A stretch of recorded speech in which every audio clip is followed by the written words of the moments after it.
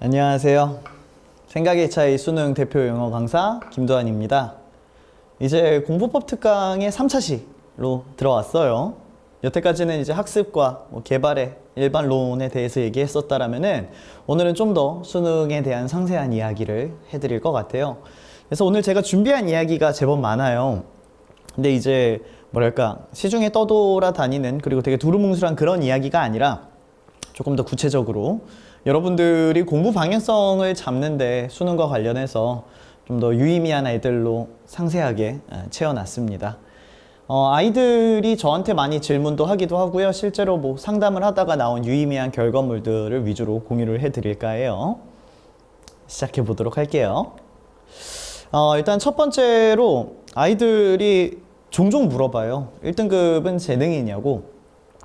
근데 이제 한번 생각을 이쪽도 해보셨으면 좋겠는 게, 그러면은 정말 가정을 해봐요. 1등급이 될 아이와 1등급이 되지 않을 아이가 있다라고. 그러면은 1등급이 될 아이는 공부를 더 하면 1등급 될 거고 1등급 아닌 아이들은 좀 힘들겠죠. 근데 실제로 이렇게 나뉘어졌을 수도 있어요. 이게 교육학에서도 관련된 뭐 공부할 수 있는 애들, 머리 똑똑한 애들을 공부시키는 게 아무래도 효율적일 수밖에 없다 보니까. 그런데 이제 우리가 실제로 공부를 하고 있는 사람 입장에서 봤었을 때는 이 고민은 그렇게 유의미하진 않아요. 뭐 어쨌든 공부할 거니까의 의미도 맞고요. 조금 더 정확하게 말씀드리면은 이제 공부를 한다라는 거는 현재 자신의 위치에서 조금 더 올라가는 개념이에요. 이전보다는 좀 더 나은 상황으로, 좀 나은 성적권대로 수능으로 얘기를 하면은. 근데 가장 큰 문제점은 뭐냐면은 현재 자신의 위치가 어느 정도고, 그리고 자신의 포텐셜이 1등급이 찍을지 안 찍을지 이거를 모른다라는 게, 아무도 이거는 정확하게 평가할 수는 없습니다. 저도 실제로 이 친구는 좀 힘들겠는데 4, 5등급 정도 아이한테 수능에서 1등급 맞는 게 쉽진 않을 것 같은데 생각했는데 생각보다 빠르게 성적이 오르는 케이스도 있었어요. 실제로 이제 1월 달부터 제 수업을 듣고 3월 달에, 1월 달에 이제 3, 4등급이었거든요. 3월 달에 바로 1등급 찍은 학생도 있습니다. 그러다 보니까 어떤 누구도 명확하게 어느 정도까지 올라갈 것이다 라고 얘기할 수가 없으니, 재능이면 뭐 어떻게 할래? 우리의 실제 행동에서 아주 큰 차이는 없을 겁니다. 그냥 여러분들이 충분히 공부를 열심히 하고 있다 보면 1등급이 되지 않을까 하는 생각으로 기본적으로 움직이셨으면 좋겠어요. 근데 물론 1등급이 되기까지의 좀 올바른 학습 방향이라고 부를 만한 건 있을 거예요. 그것의 핵심으로, 이거는 지난 시간에 제가 말씀드렸던 것과 일맥상통해요. 적극적인 학습의 방향으로 좀 더 가셨으면 좋겠어요. 이 적극적인 학습의 방향이란 무엇이냐면은, 제가 지난 시간에 마지막에 이 질적 효율이라는 말을 굉장히 강하게 썼어요. 우리가 공부라는 거는 모르는 걸 아는 상태로 바꾸는 것이다. 그래서 효율이 정말 좋게 나오려면은 모르는 것들만 모아놓고 공부하는 게 좋다라는 말씀드렸죠. 그럼 이 적극적인 학습이라는 거는 여러분들이 공부를 하다가, 이거는 아예 뭐 처음부터 내가 어떤 컨텐츠를 구매를 했는데 그 컨텐츠를 운영하다 보니까 나랑 안 맞는 것 같아. 나한테 너무 쉬운 것 같아. 해설지를 봐도 얻어가는 게 없어. 강의를 들었는데 내가 얻어가는 게 없어. 이건 바꿔야겠다 라는 생각이 드는 경우들이 있죠. 여러분들의 스스로 자신의 학습 효용감이라든지 실제 성취상에서의 큰 변화가 없을 때 옮긴다, 이런 것들도 적극적이라고 볼 수가 있어요.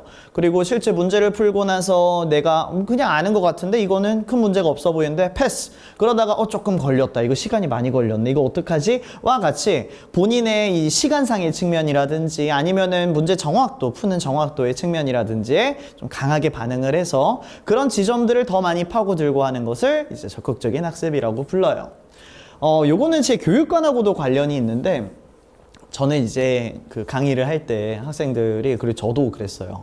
공부를 좀 최대한 재밌게 하는 거를 권장해요. 그리고 이 재밌게 한다라는 것이 가장 뭐랄까 행동상으로 잘 드러날 때가 언제냐면은 궁금해서 검색할 때예요. 이게 선생님을 찾아가서 질의응답을 하는 것도 그 일면으로 볼 수가 있고요. 이제 여러분들이 어떤 단어가 나왔는데 이 단어의 뜻을 찾아보니까 이거래요. 근데 이것도 모르겠어요. 이거 찾아보니까 대충 이런 뜻이구나. 영어 단어를 보니까 얘 이런 접두사랑 이런 어원이 합쳐져서 이래서 재밌네. 이런 생각이 들기가 좋다라는 점.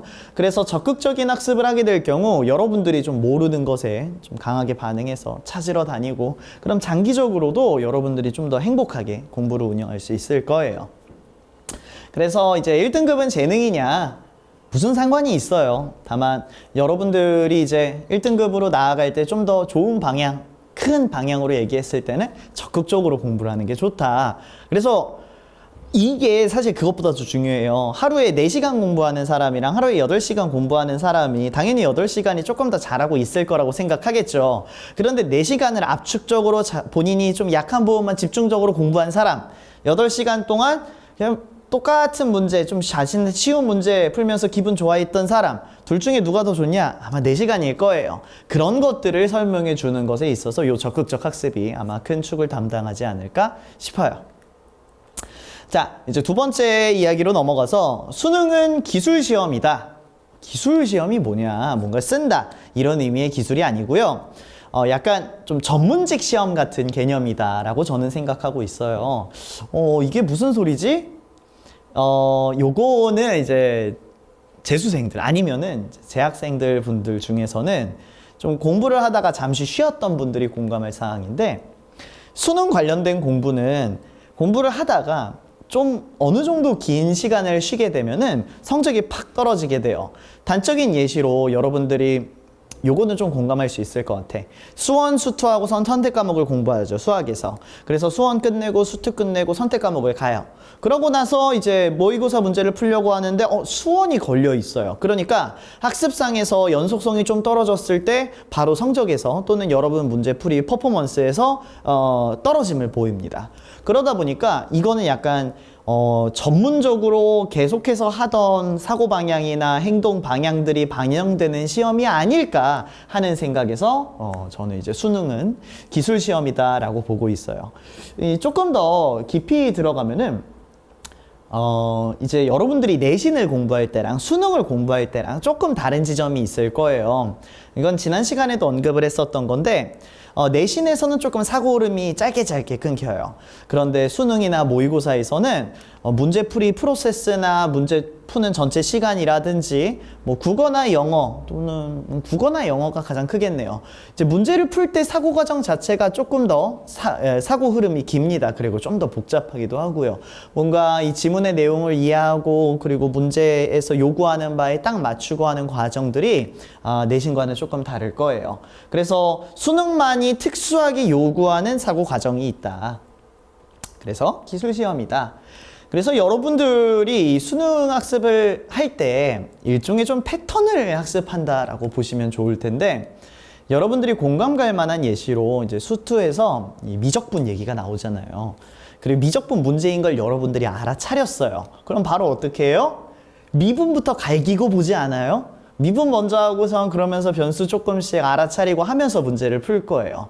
그러면은 여러분들이 미분 문제를 봤었을 때 언젠가는 좀 공부를 많이 하신 분들은 알 텐데 바로바로 이제 미분을 바로 시켜버리는 거, 이게 일종의 여러분들의 행동 루틴 또는 수능에서의 패턴이 학습된 거라고 볼 수 있어요. 그래서 이런 패턴들이 좀 보이는 게 수능 시험이다. 그래서 여러분들이 뭐 수학뿐만 아니라 국어나 영어나 됐든 영어 쪽으로 좀 얘기를 해볼게요. 본인이 이제 빈칸 문제를 풀려고 하는데 어떻게 풀 것인가. 그래서 뭐 저 말고 이제 다른 선생님들의 예시를 알려드리면은, 빈칸 문제를 풀 때 빈칸이 첫 문장에 뚫려 있다 또는 중간 또는 마지막에 뚫려 있다 할 때마다 접근법을 달리 하시는 분이 계세요. 그러니까 어느 정도 뭐 타당할 수 있는 접근법이 있기는 합니다. 그래서 이제 그런 학습 방법을, 그런 문제 풀이 방법을 배웠을 때, 좋아, 나는 빈칸 문제를 볼 때 첫 번째 문장에 이제 빈칸이 뚫려 있으면 주제로 이 지문의 전체적인 내용을 파악해서 풀 거야 라는 식의 일종의 루틴 학습이 될 수가 있겠죠. 그리고 수능 시험장에서는 이러한 루틴들의 완결성이 그리고 정확성이 상당히 높은 상태로 들어가게 되면은 어떤 문제가 나오더라도 탄탄한 루틴이 있으니까 문제풀이에도 좀 더 도움이 좀 정확성이 많이 좋아질 거예요. 당연히 이 루틴이 익숙해지면은 효율성도 당연히 좋아지겠죠. 그래서 수능을 공부를 할 때는 이제 본인만의 문제풀이 루틴을 만들어 가는 거다. 그래서 지금 문제를 풀 때도 아무 생각 없이 그냥 주어진 흐름대로 문제를 푸는 게 아니라 나는 이 문항을 어떻게 접근하는 게 조금 더 좋을까와 같은 고민을 하는 게 더 좋을 거예요. 이게 제가 수능 공부할 때 제 수험생 때 실제로 적용했던 방법이고요. 저는 딱히 재종반을 다녔는데 재수를 했어요. 이 재종반을 다녔는데 이 선생님의 말을 고지고대로 따르진 않았던 학생이에요. 그게 이제 제가 생각하는 문제풀이법을 선생님한테 말하니까 그 선생님이 이제 제 말을 못 알아들으시더라고요. 그래서 그때부터 그냥 나는 내 풀이법이 조금 더 완결성이 있다라고 생각해 하면서 제 풀이법을 조정을 했죠. 그래서 조금만 더 이쪽을 얘기를 하면은 이 좋은 선생님은 그런 선생님이에요. 이 본인이 연구해서 만들어낸 문항 풀이법이 있을 거예요. 그 풀이법의 범용성이 넓고 실제로 쓰기가 간편한 방식으로 정제를 하신 분, 그런 선생님들이면은 신뢰하고 믿을 수 있을 겁니다.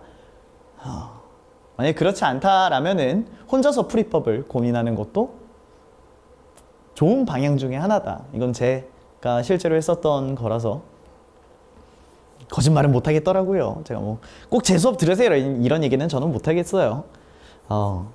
사실 자습이 진짜 좋은 방법이기는 해. 혼자서 이런 것들을 고민할 수 있다라면 나름의 비법을 공개한 거예요. 어떻게 문제를 풀 것인가 그 프로세스를 정리를 해보세요.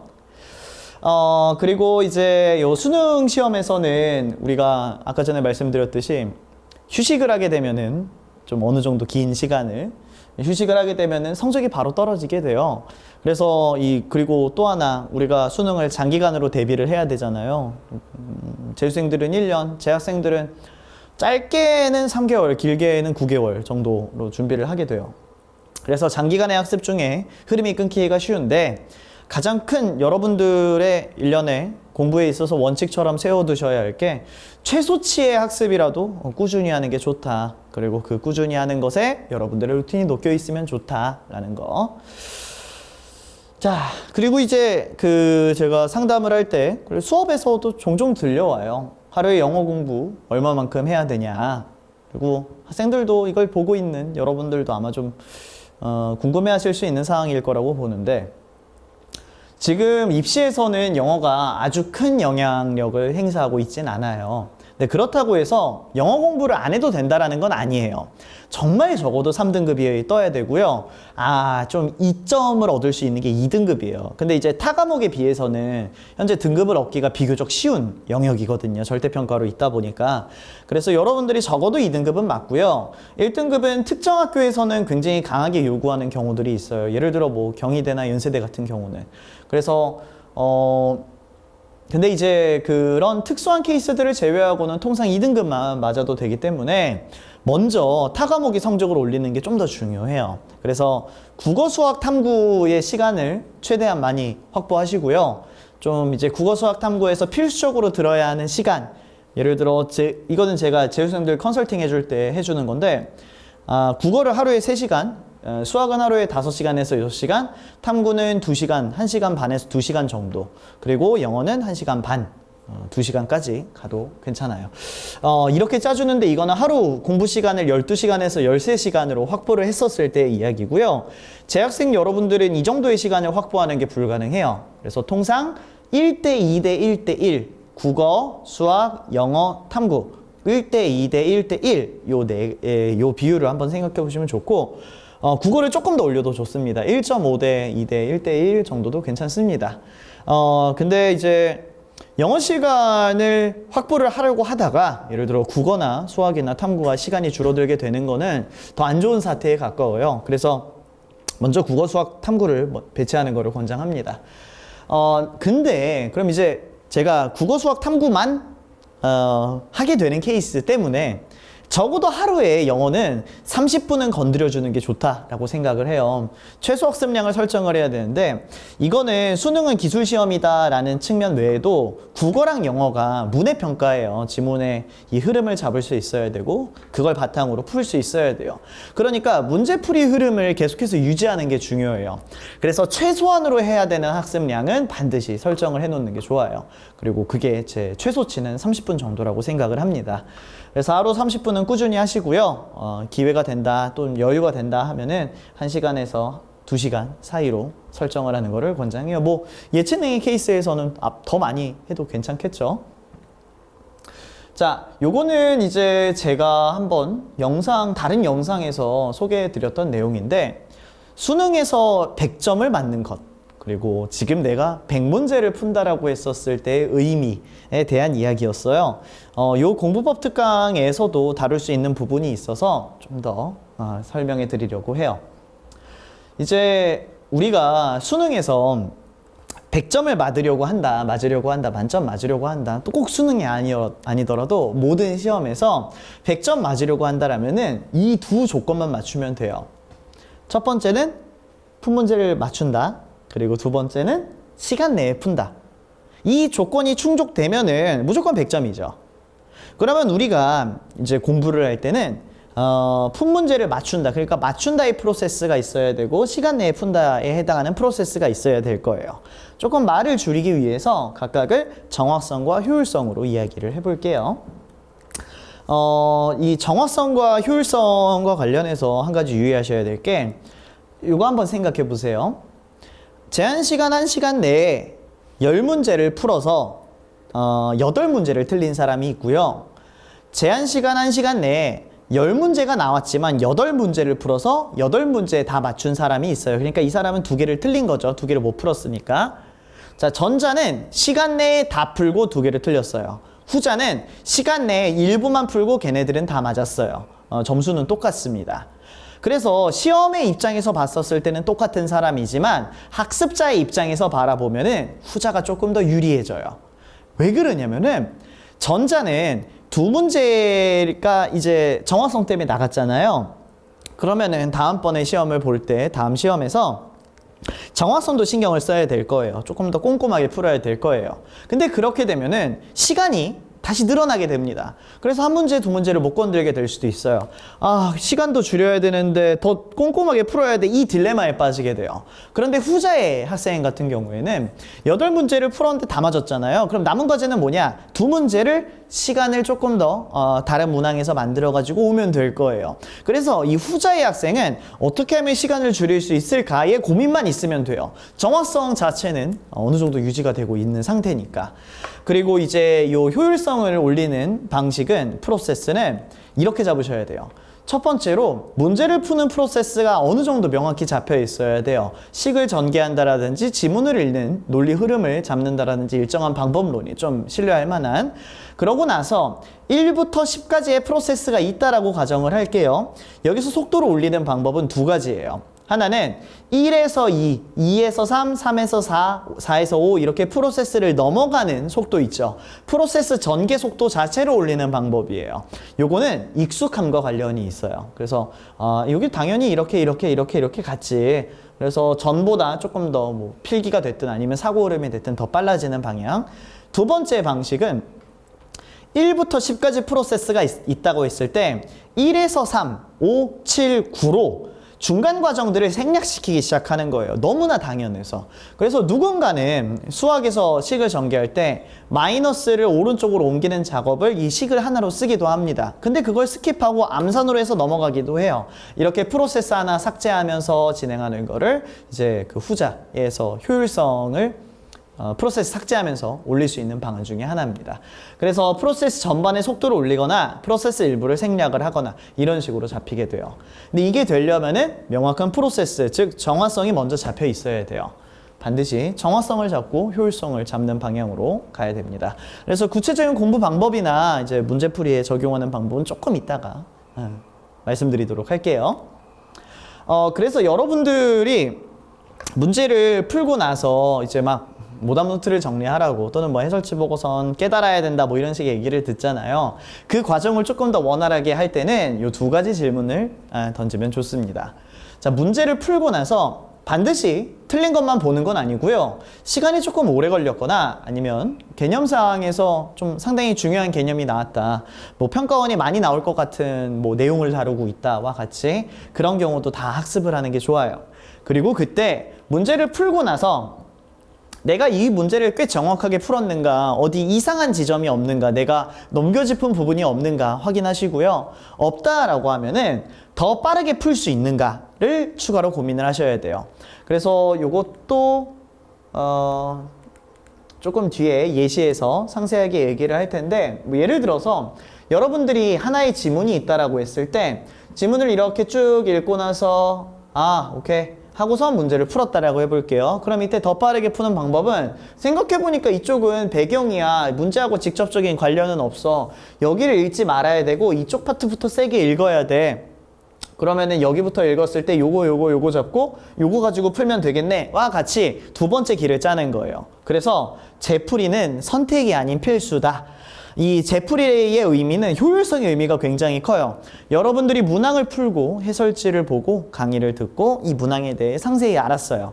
그럼 다시 한번 그 흐름을 쫓아가 보는 거예요. 여기서는 힘 빼랬어. 이게 중요하다라고 했어. 그렇네, 이게 중요하네. 그럼 다음번에는 이 어구에 집중을 해야겠네 와 같이 본인이 밟아야 하는 추론의 길, 독해 시선 같은 것들을 재풀이해서 연습을 하고 다음번으로 넘기셔야 돼요. 다음 시험으로. 그리고 이제 요거는 제가 지난 영상에서는 말씀드리지 않았었던 건데, 요 문항학습 프로세스예요. 그러니까 이제 문항을 푼다가 아니라 문항을 풀고 나서 해야 되는 프로세스인데, 일단은 문제를 푼다라고 했을 때는 요 두 가지 과정만 계속해서 순환이 돌게 돼요.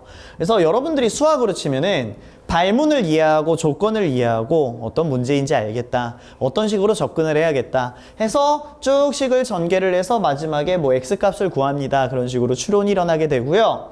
뭐 국어나 영어 같은 경우에는 지문의 전반적인 내용을 바탕으로 보니 핵심은 이러한 것이며 그런 인지가 뜬 상황에서 문제에서 요구하는 게 뭐 순서, 빈칸, 어떤 발문이 있을 거예요. 추론하시오와 같이. 그럼 그걸 바탕으로 추론하는 과정 이렇게 돌게 됩니다. 그러나 학습은 그냥 단순히 시험 보는 게 아니에요. 그냥 문제를 푸는 게 아니에요. 더 나가야 돼요. 자, 그래서 여러분들이 추론을 해서 답을 내고 채점을 해서 추가적으로 자신의 사고 과정을 분석하는 과정이 있어줘야 돼요. 내가 이 문제는 어떻게 접근했고 그렇게 접근을 한 이유는 인지상에서 뭐 예를 들어 x는 양수값이래 와 같은 것들이 있어가지고 이렇게 접근을 했다. 괜찮나? 괜찮은 것 같아. 다음에도 써도 될 것 같아. 영어 문제에서 접근을 할 때 첫 문장을 되게 세게 읽어봤는데 느낌이 되게 괜찮네. 그럼 왜 첫 문장을 세게 읽어봐야 되지? 맥락을 형성해 주니까 와 같은 생각들을 해보는 거예요. 그래서 여러분들이 잘 푼 문항이 있다라면 왜 잘 풀었는지, 그래서 그 잘 푼 이유를 다음번 문항으로 넘겨서 똑같이 적용을 해보고요. 만약에 여러분들이 문항을 틀리거나 오래 걸렸어요. 왜 틀렸는지, 왜 오래 걸렸는지 분석을 해보고, 예를 들어 영어로 치면은 단어가 내가 많이 부족했던 것 같아. 그럼 단어를 조금 더 앞으로는 학습을 해야겠다. 또는 다음번 시험에서는 이 단어를 모른다고 했을 때는 어떻게 접근해야 되지? 주변 맥락 보니까 얘가 이런 얘기인 것 같아. 그러면은 만약에 내가 단어를 모르잖아? 그러면 요쪽 주변에 있는 맥락 바탕으로 이해하고 넘어가야 될 것 같아. 와 같은 것들을 마련하기 시작해야 돼요. 그래서 그걸 바탕으로 피드백을 하고 다음 문항의 인지 프로세스로 들어갑니다. 추론하고요. 분석해보고요. 거기서 피드백을 도출해서 다음 문항의 인지를 하고요. 추론을 하고요. 이렇게 프로세스가 돌게 돼요. 그래서 여러분들이 문제집을 들고 문제를 푼다 했을 때 인지 추론은 간단하게 문제 풀이 하는 거예요. 그러고 나서 자신의 사고 과정을 분석을 해보세요. 식 전개나 사고 과정. 그러고 나서 유의미한 결과물들을 도출해 보세요. 그리고 다음번 문항에 적용해 보세요. 이렇게 하면은 전반적으로 좀 안정감 있는 학습과 좀 질적인 효율도 많이 좋아질 거예요. 그리고 이렇게 프로세스를 이제 세분화를 했었을 때 장점은 뭐냐? 집중력과 학습 효율이 상승한다라고 적어놨는데 이게 참 제가 체감을 했었던 거고 학생들한테도 소개를 해줬을 때 정말 호평을 받았던 건데, 여러분들이 영어 공부를 할 때 단어 노트를 쓴다라고 가정을 해볼게요. 여러분들이 노트를 쓰는 이유는 모르는 걸 다시 보기 위함이라고 지난 시간에 알려드렸어요. 그러면 이 단어 노트를 언제 볼 것이냐? 한번 접입고 해보세요. 여러분들이 하루 중에 계획이 있든 없든 어떤 A 과목, 국어 과목이라고 할게요. 국어 과목 공부가 끝나는 시점이 있을 거예요. 그걸 끝났을 때 영어 단어 노트를 보세요. 이게 쉬는 시간에 보려고 하지 마세요. 쉬는 시간은 여러분들 마음 들뜨고 원래 공부하는 시간이 아니잖아요. 그래서 좀 공부하는 시간 중에 국어 공부가 끝났어. 그럼 단어 노트를 봐야 한번 쓱. 그리고 그 다음 수학 공부를 시작합니다. 그럼 이 단어 노트가 해주는 게 참 좋아요. 프로세스가 끊기지 않고 하나 끝났어. 바로 다음 단어 노트 보고 단어 노트 끝났어. 바로 수학. 그래서 중간에 끊김이 없이 갈 수 있게끔 만들어줘요. 그래서 요거는 이제 문항의 예시는 아니었는데 문항으로 치면은 1번 문제 풀고 요거 돌리고 다음 2번 문제 뭘 요구하고 있어. 이걸 이렇게 추론해야 돼. 분석하고 피드백. 다음 문제 이렇게 했었을 때 전반적으로 학습이 끊김이 없다 보니까 집중력이 되게 좋아지고 학습 효율도 올라가게 된다라는 소리예요. 오케이. 자, 그래서 요거 한 가지 제가 아까 전에 정확성과 효율성 관련해서 분석하고 피드백하는 방법을 알려드리겠다라고 했는데, 자, 요게 이제 작년도 수능 문항이에요. 좀 빠르게 뭐 해설은 안 할 거예요.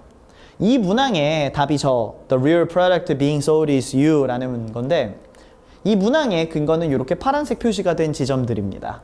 그러면은 생각해 보는 거예요. 이제 뭐 해설지를 참고를 해서든지 아니면 어떤 선생님의 강의를 듣고 이런 것들이 단서래요. 그러면은 정확성 측면에서는 얘네들을 다 읽고 추론을 하는 게 가장 정확했겠죠.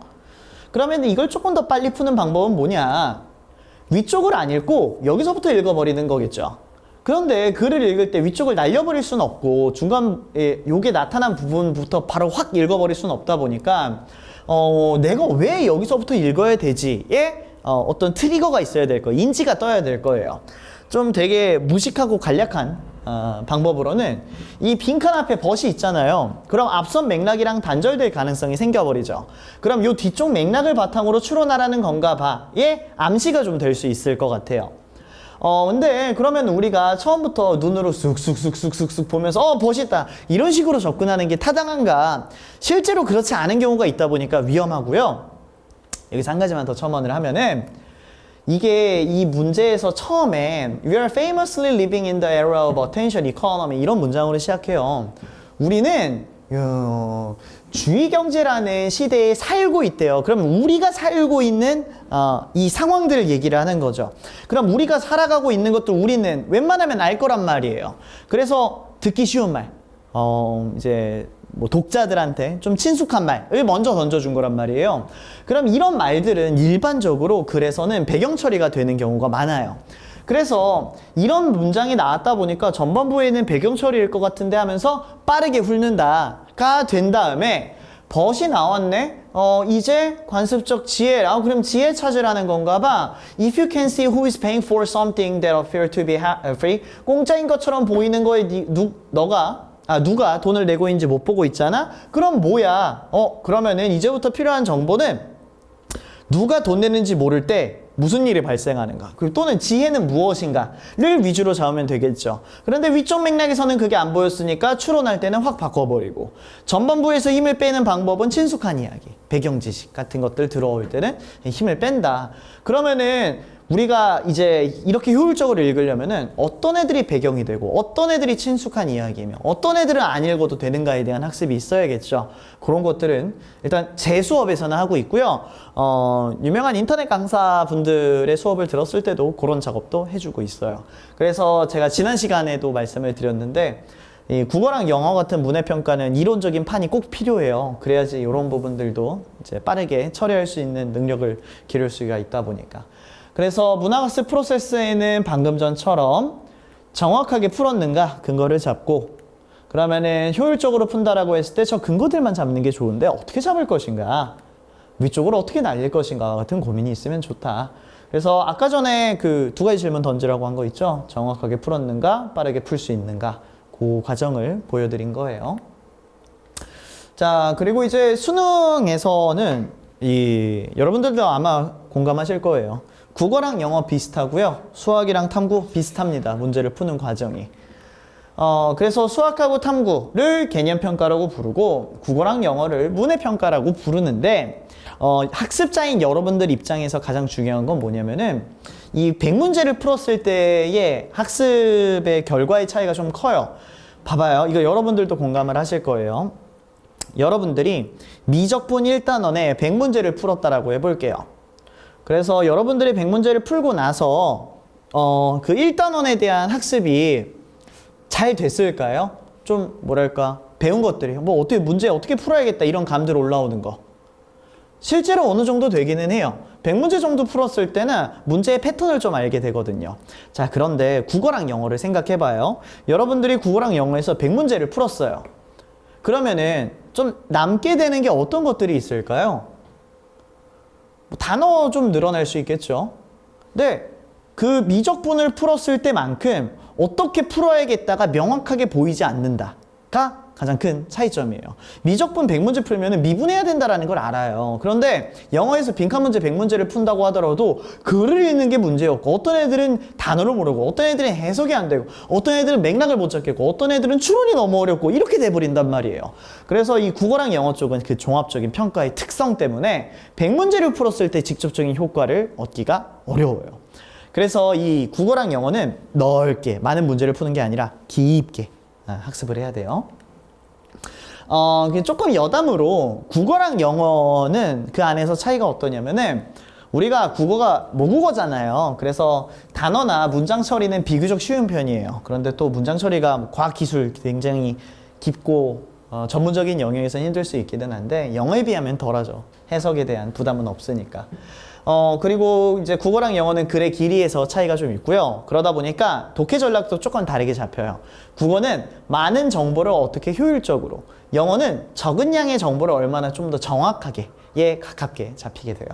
그리고 출연 유형도 다르죠. 뭐 국어에서 순서 맞추라는 문제는 안 나오잖아요. 그래서 이제 학습할 때도 학습 초점이 조금 달리 잡히는 부분들이 있죠. 그래서 이제 여러분들에 대한 뭐 배경 지식적인 측면, 뭐 정확성과 효율성이 중요하고 공부할 때는 큰 상은 어떻게 잡아야 되는가에 대해서 말씀드렸는데 오늘은 이제 실제로 여러분들이 직접 적용할 수 있는 것들에 대해서 좀 많이 알려드리려고 해요. 학습 전략에 대해서 들어가 봅시다.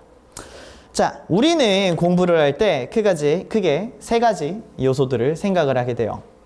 너 공부 얼마나 했어? 라고 물어볼 때 나 오늘 6시간 했어. 나 오늘 100문제 풀었어. 와 같이 대답할 수가 있고요. 공부 어떻게 해? 라고 물어보는 경우도 있어요. 공부 외에도 물론 있기는 하죠. 그런데 그건 제가 도와드릴 수 있는 부분은 아닌 것 같아서 이제 뭐 꿈을 갖는다라든지. 그래서 흔히 여러분들이 공부를 할 때는 크게 세 가지, 시간과 양과 방법을 신경 쓰게 돼요.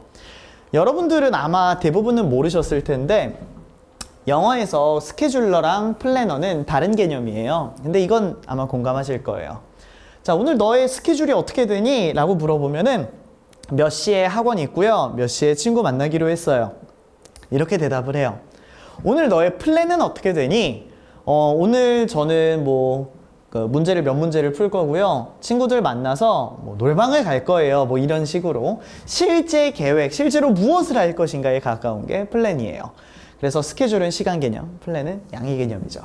방법은 조금 이따가 이제 워낙 어려운 부분이라서 먼저 이제 여러분들이 공부를 한다 했을 때 중요한 건 뭐냐? 제가 이제 공법 특강 들으시면서 좀 알지 않아요? 방법이 가장 중요해요. 어떤 식으로 접근하는 거, 시간과 양에 상관없이 좋은 방법을 가지고 있으면은 좀 모르는 것만 효율적으로 공부할 수 있게 되면은 시간과 양에서의 여유가 엄청 많이 생길 거예요.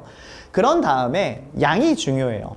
2시간 동안 앉아있는데 아무것도 안 풀 수도 있거든요. 근데 1시간 동안, 1시간 동안 뭐 100문제를 푸는 것도 가능하고요.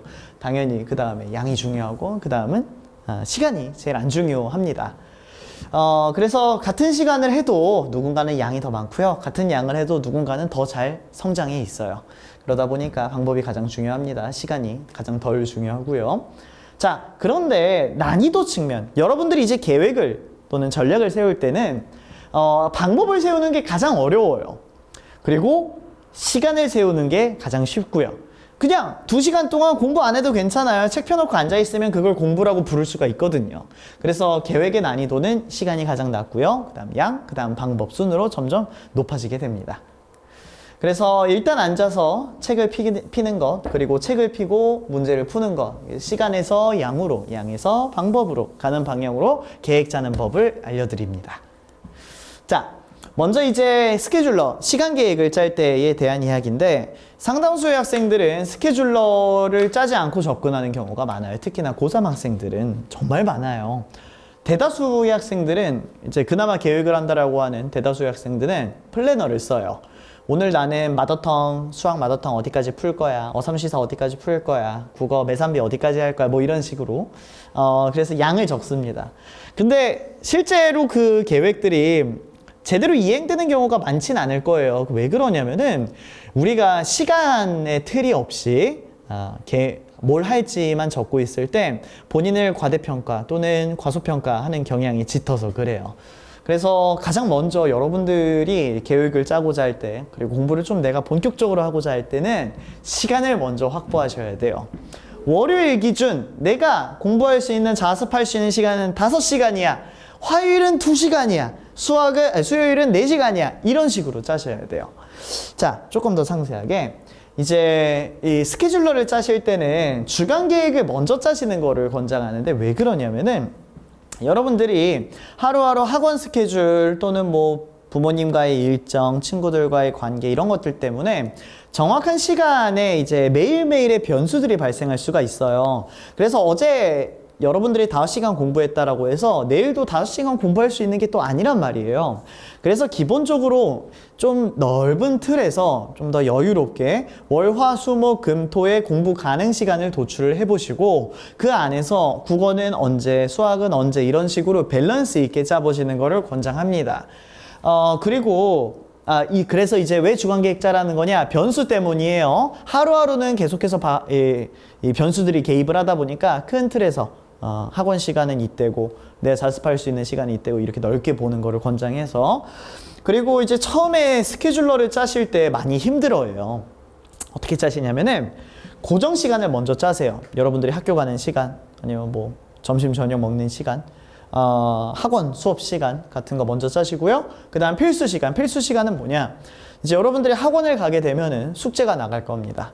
그 숙제는 반드시 수업 전까지 해가야겠죠. 그래서 필수적으로 드는 시간, 또는 뭐 이동 시간도 뭐 필수 시간으로 취급할 수 있을 것 같고요. 그런 다음에 자유롭게 움직일 수 있는 자유 시간을 가장 마지막에 빼는 거예요. 고정으로 되어 있는 애들 최대한 먼저 배치하고 그 다음 자유 시간으로 간다. 그럼 시간 짜기가 좀 쉬울 거예요. 우리가 이제 스케줄러를 짤 때는 이 변수 고려를 안 한다. 이게 무슨 소리냐면은 스케줄러는 하나의 이상적인 판이 되어 줄 거예요. 여러분들이 일주일을 되게 잘 운영한다 했을 때 이상적인 계획의 속성이 강해요. 월요일 날 7시부터 9시까지 수학 공부를 하겠다라고 가정을 했어요. 그런데 갑자기 내가 너무 아파요. 병원을 갔다 와야 될 것 같아요. 응급실을 갔다 와야 될 것 같아요. 근데 계획은 수학이에요. 그래도 수학해야 돼요. 말이 안 돼요. 그러니까 이런 개념이에요. 이제 여러분들이 해당 시간에 수학을 못했어요. 응급실을 가느라고. 2시간이 남아있긴 한데 2시간 하긴 해야 되는데 그거 언제 하지? 이런 식으로 탄력을 만들려고 하는 거예요. 내가 원래 해야 되는 이제 과목이나 할당 시간이 있는데 그 시간을 내가 제대로 못 채웠어. 이거 내가 저쪽으로 조금 더 가야 되는데, 좀 뭐랄까 학습 동기에 있어서도 도움이 되게끔. 그래서 이제 좀 이상적으로 되게 잘 흘러갔을 때만을 가정해야지 좋은 탄력이 생길 거라서 변수는 고려하지 않고 이상적으로 짜는 게 좋다. 그래서 기본적으로 좀 안정성을 지향하는 건데, 월화 수목금의 일정한 과목, 밸런스, 시간, 계획을 짬으로써 7시네 수학해야 돼, 9시네 국어 해야 돼, 이런 식으로 좀 안정적으로 운영할 수 있게끔 만들려는 게 스케줄러의 주 목적성입니다.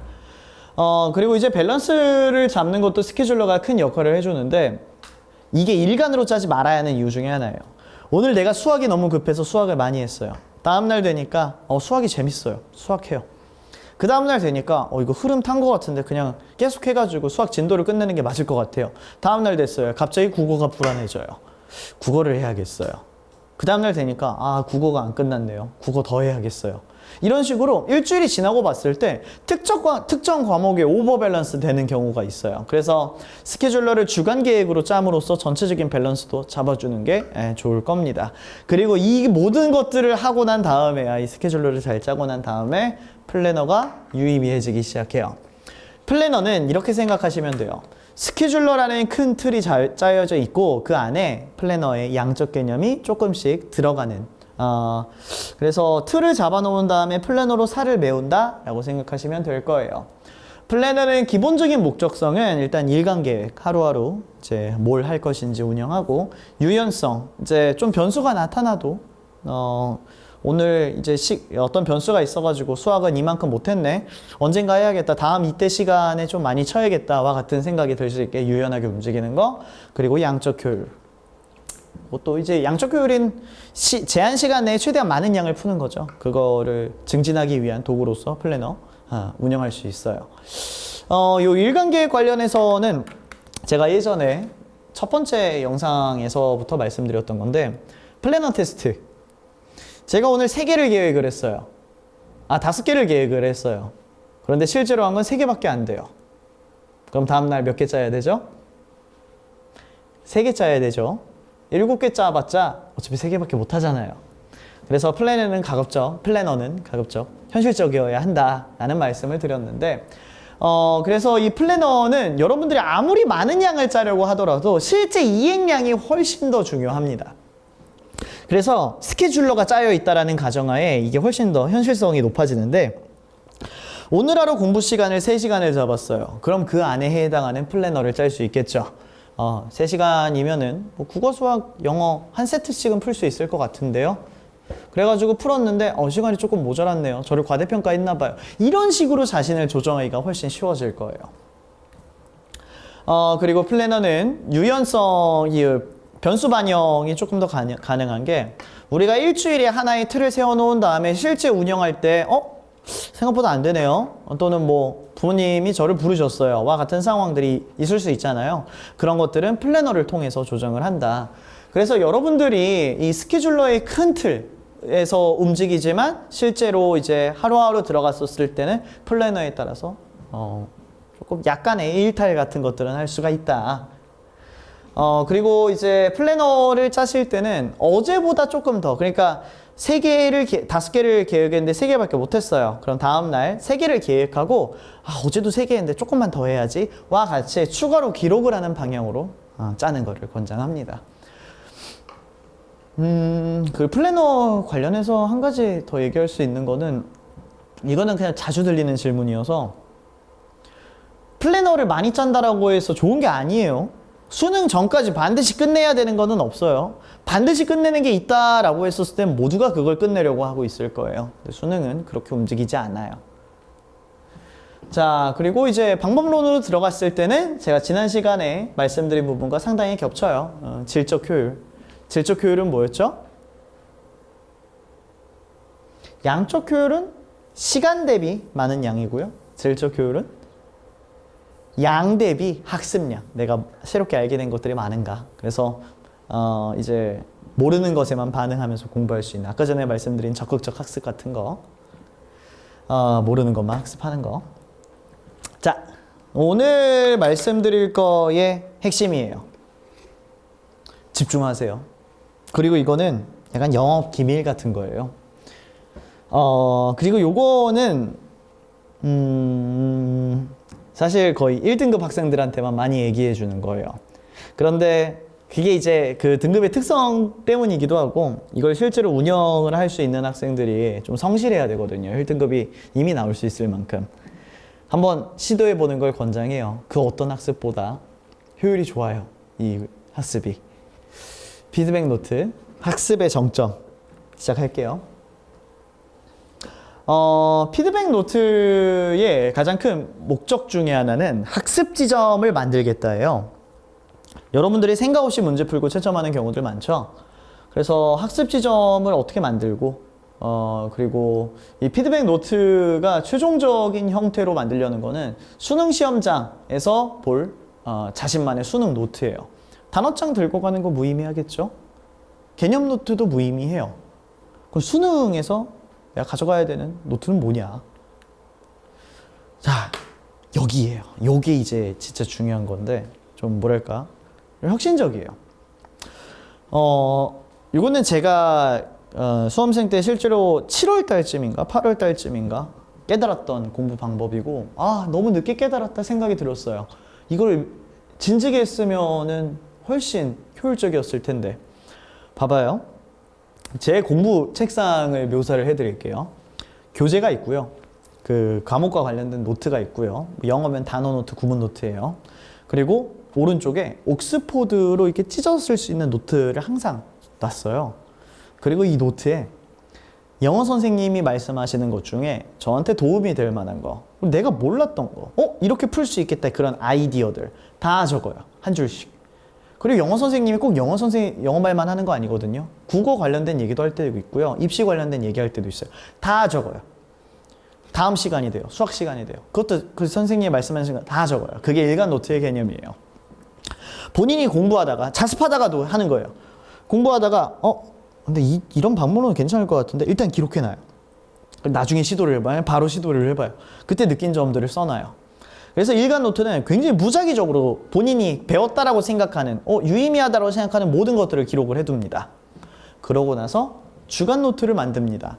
주간 노트는 7일간의 학습 기록을 일간 노트로 쌓여져 있는 거를 정리하는 작업이에요. 저는 과목별로 정리하는 거로 했고요. 아마 근데 그게 편하실 거예요. 국어랑 관련되어 있는 일간 노트에 유의미한 것들 모아놓고 이 중에 좀 좋아 보이는 거, 나한테 계속 도움이 될 것 같은 것들만 선별해서 주간 노트에 옮겨놔요. 수학도 마찬가지, 영어도 마찬가지, 입시도 마찬가지. 자, 그래서 주간 노트가 만들고 매 주말마다 만들어요. 그러고선 월 말에 주간 노트들만 한 번 더 보는 거예요. 주간 노트 정리된 것들 중에서 월간 노트, 이제 정말 중요한 것들만 다시 한번 월간 노트에 옮깁니다. 그렇게 해서 1월, 2월, 3월, 4월 쌓여 나가겠죠? 그래서 매 월드에 쌓였던 것들 수능 직전에 나한테 아직까지 큰 도움이 되고 있는 거, 문제풀이 방향에서 중요한 것들과 같은 것들을 수능 전날에 정리를 해요. 수능 시험장에 가져가요. 제일 좋아요. 왜 그러냐? 내가 약했던 부분들, 나한테 정말 유의미한 거, 나한테 큰 변화를 만들어낸 거, 문제풀이의 혁신적인 방법, 나만 가지고 있는 그런 것들이 정리되어 있는 거거든요. 물론 이 일간 노트를 쓸 때랑 월간 노트를 쓸 때 정리되는 것들의 질적인 차이는 있어요. 일간 노트는 제가 배운 것들이 아마 쓰일 거예요. 또는 단어를 어떻게 외워야겠다, 단어 공부 방향성, 문장 공부 방향성, 수학 문제 풀이법 이런 것들. 주간 노트에는 이런 것들 중에서 좀 큰 이야기들이 많이 적힐 텐데 월간 노트는 좀 다른 게 내 시험에서 도움이 될 만한 것들. 왜? 수능 노트를 만들 거거든요. 그래서 시험과 관련된 피드백들, 국어 시간 끝나고 뭐 하자와 같은 것들이 주로 정리가 될 거예요. 그러면은 이제 여러분들이 이 피드백 노트를 썼을 때 뭐가 좋냐면은 하루하루 일간 노트가 정리되는 것들이 있을 거잖아요. 그럼 얘를 복습하면은 하루 복습이에요. 내가 그때그때 느꼈었던 되게 좋았던 학습 포인트들을 한 번에 모아서 볼 수 있으니까 복습 시간 2시간, 3시간 걸리지도 않아요. 이 노트만 보고서 복습을 하면은 하루를 2회독하는 거, 한 번 더 보면 3회독하는 거, 이런 개념이에요. 왜 굳이 그 두꺼운 책을 펴가지고서 하나하나 다시 보려고 해요? 본인한테 유의미한 건 여기 다 몰려있는데. 주간 노트를 한 번 더 봐요. 일주일 복습이 돼요. 월간 노트를 봐요. 월간 복습이 돼버리는 거예요. 압도적으로 효율이 좋을 수밖에 없어요. 물론 처음에 이거 쓰는 거 쉽진 않아요. 내가 이거 나 이거 아는 거야? 모르는 거야? 이런 기준조차도 안 뜰 거거든요. 근데 일단 해보셔야 돼요. 처음에는 다 적으셔도 되고요. 아무것도 안 적고 그냥 한 줄만 적어도 괜찮아요. 일단 시작하는 게 중요해요. 그리고 거기서부터 자신의 기준을 조금씩 조정하는 거예요. 그리고 요거는 뭐냐면은 이건 자습할 때 좀 쓰기 좋은 거거든요.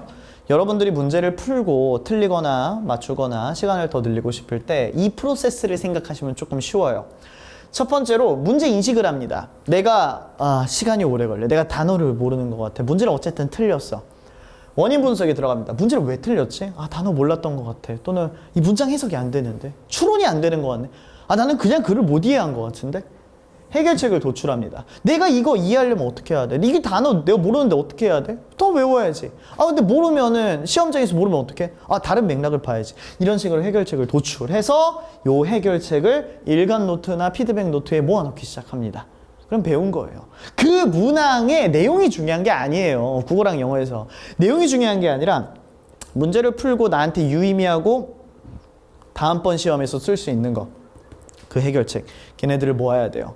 지금 당장에 노트가 없어요. 그럼 문항 밑에 적어요. 나 이거 배운 것 같아. 이렇게 해야 될 것 같아. 와 같이. 그리고 피드백 방향성에서는 학습 피드백과 시험 피드백이 나오는데 학습 피드백은 내가 이 문항을 틀린 근본적인 이유가 단어예요. 또는 문장 해석이에요. 또는 논리예요. 그러면 다음 이제 한동안 학습을 할 때 단어 중심 또는 문장 중심 또는 논리 중심 또는 빈칸 문제 풀이 중심 이런 식으로 잡아야겠다. 방향성을 얘기하는 거고요. 시험 피드백은 내가 단어를 모르더라도 내가 문장 이거 하나 해석을 못했더라도 내가 글의 내용을 제대로 파악하지 못했더라도 풀 수 있는 방법은 없었을까를 고민하는 거예요. 둘 다 같이 나오는 게 좋아요. 그리고 이제 나중에 시험이 가까워질수록 시험 피드백만 도출하는 게 좋겠죠. 듣기 할 때 왔다 갔다 해야 되는가? 나 안 하는 게 나을 것 같아. 듣기 틀리는 것 같아. 와 같이. 그리고 이제 이런 피드백이 양질로 되려면은 여러분들 처음에 이거 분명히 겪을 거예요. 문제 풀고 틀린 거 오답을 하는데 여기서 x값이 이거니까 내가 여기서 x값 도출하는 거 실수했네. 이 문항에서 그래프가 이렇게 그려져 있을 때는 이렇게 해야겠다. 근데 그렇게 피드백을 하다 보면은 이 문제만 피드백하게 되는 경우들이 있어요. 예를 들어 이게 국어랑 영어 쪽을 하는 게 좋겠다. 지문의 내용이 뭐 예를 들어서 피라냐의 생태계와 같은 내용이 있다라고 해볼게요. 그럼 피라냐의 생태계는 어떠하니까 답은 이거다. 자, 다음번에 피라냐의 생태계 내용 또 나와요, 안 나와요? 안 나올 가능성이 더 높아요. 그럼 피드백 어떻게 해야 돼요? 내가 피라냐의 생태계의 속성이 이게 있다라는 걸 알아차렸어야 되는데 이걸 못 알아차렸네? 그러면은 피라냐의 생태계가 이 속성이라는 걸 연결을 했어야 돼. 피라냐의 생태계는 A다라는 걸 필자가 강조하고 있어. 어떤 표현이 있지?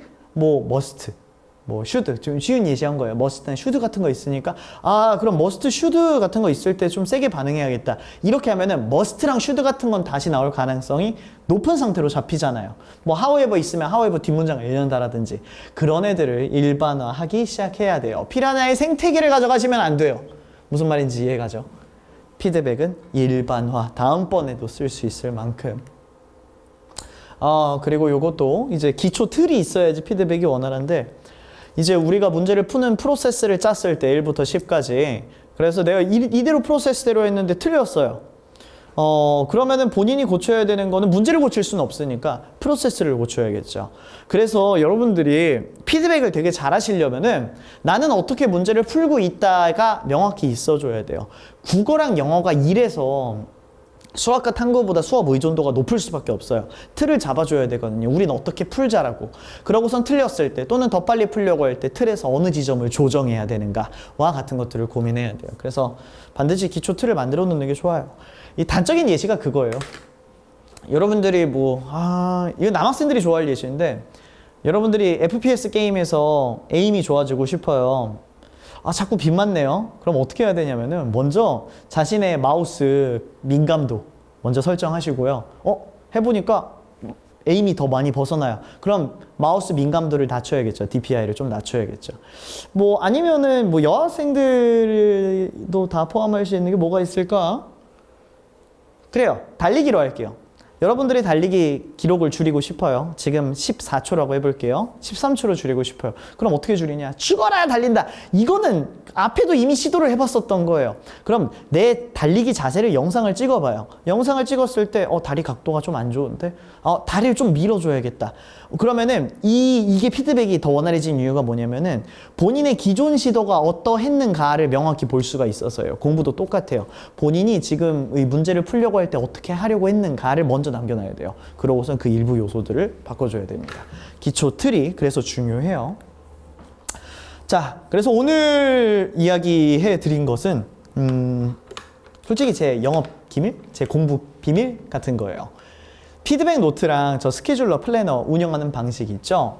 정말 큰 도움 되실 거예요. 한번 직접 해보세요. 그리고 하다가 좀 막히는 거 있으면은 이 영상에 댓글 남겨주시면은 따로 제가 답변을 남겨드릴 수도 있고요. 생각보다 그렇게 어렵지는 않을 거예요. 중간에 좀 난항점이 있겠지만 한 1, 2주 정도 직접 적용을 해보시고 나면은 감 잡으실 거예요. 저는 그렇게 생각했어요. 저 피드백 노트만 있다라면은 저걸 쓰는 방법만 알고 있다라면은 모든 객관식 시험은 만점 맞을 수 있겠다. 당연해요. 그 시험과 관련된 컨텐츠들을 풀다가 애매한 지점들, 몰랐던 지점들만 모아놓고 계속 약점을 보완하는 방식이 학습 방식이거든요. 그러고선 추가 문제를 풀면은 또 피드백 나오고 그거 가지고 채워놓고 그러면은 어느 정도 프로세스의 완결성이 있게 됐었을 때 객관식 시험은 만점이 가능해져요. 물론 시간이 오래 걸릴 수는 있어요. 근데 기본적으로 그 프로세스 자체에 흠결이 없기 때문에 무조건적이다. 시간만 있다라고 하면은. 그래서 다음 시간에는 이제 수능 영어 이야기로 아주 구체적으로 관련된 단어 외우는 법, 문장 해석하는 법, 논리란 무엇인가, 추론, 수능 영어 어디까지 공부해야 되는가, 이런 이야기들 제가 많이 신날 거예요. 그 이야기들 해드리도록 할게요. 자, 이상으로 당신의 감성적 영어를 이성적으로 당글리시의 김도환이었습니다. 감사합니다.